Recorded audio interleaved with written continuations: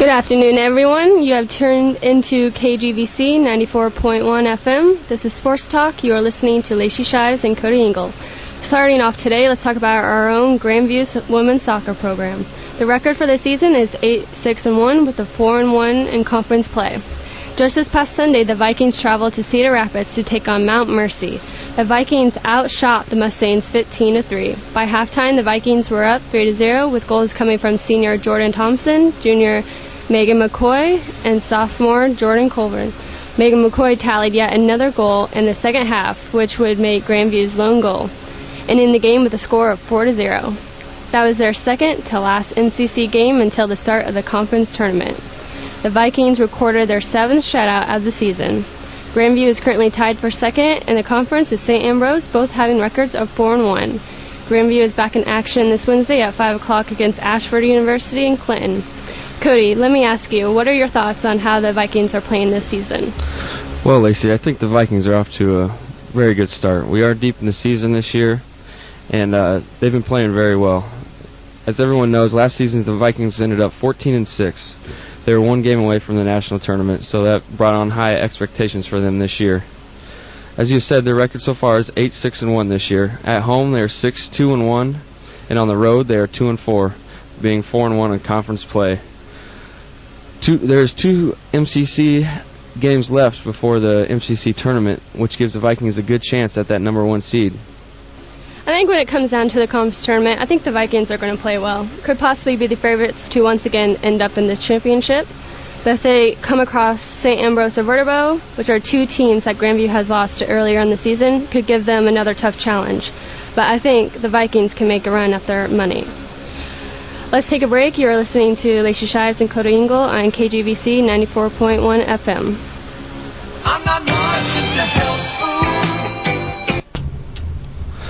food. Welcome back. You're listening to Sports Talk with Lacy Shives and Kody Ingle on KGVC 94.1 FM.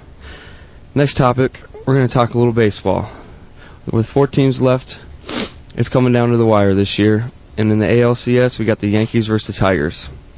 The Tigers are off to a good start, being up 2-0 with Game 3 tonight, Phil Hughes versus Justin Verlander. Justin Verlander is a really, really good pitcher, and it's going to be hard for the Yankees to get past him. I definitely see the Tigers going up 3-0 tonight.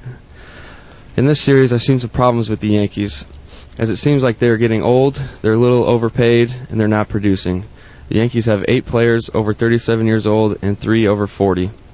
It doesn't help that one of their best players, Derek Jeter, who they call the captain, has a broken ankle and will not play the remainder of this year. A little stats on the Yankees. As of October 14th, here are 4 guys' batting average this postseason. Nick Swisher is batting 154. Alex Rodriguez is batting 130. Curtis Granderson is batting 115. And Robinson Cano, who is supposed to be their best player, is batting the worst at a .63 batting average.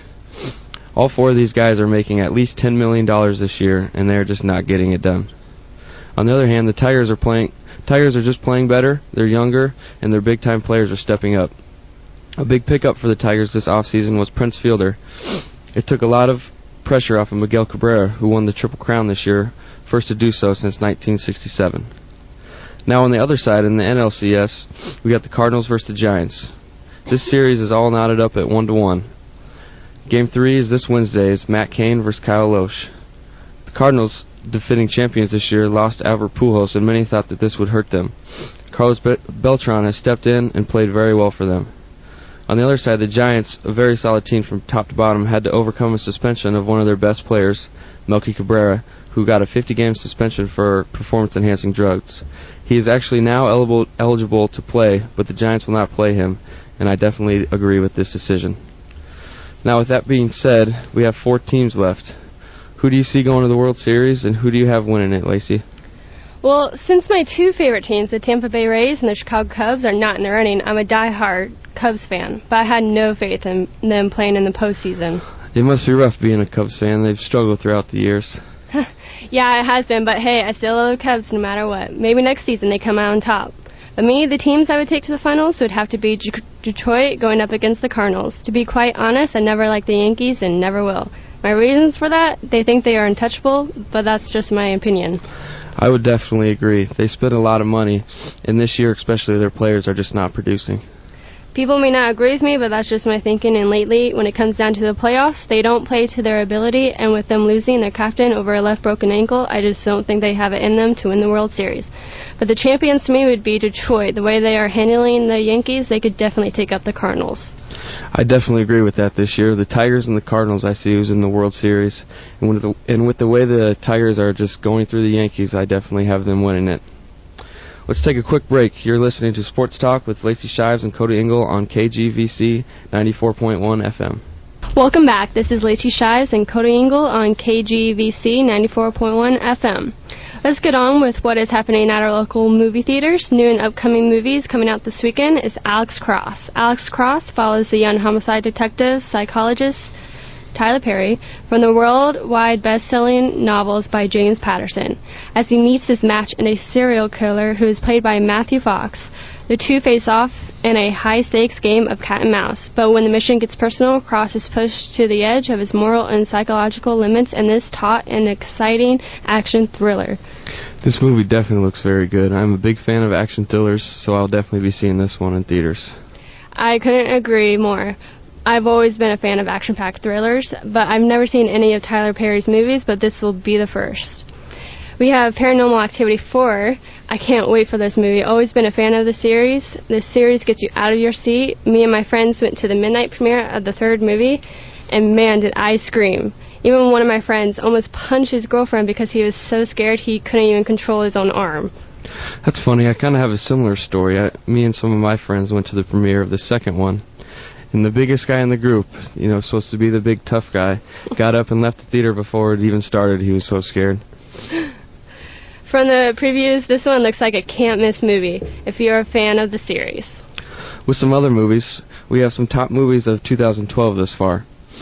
American Pie, The Reunion, Taken 2, The Bourne Legacy, The Hunger Games, and The Dark Knight Rises. I've seen two of these movies, in The Hunger Games and Dark Knight Rises, and I would say I'm definitely a fan of both of them.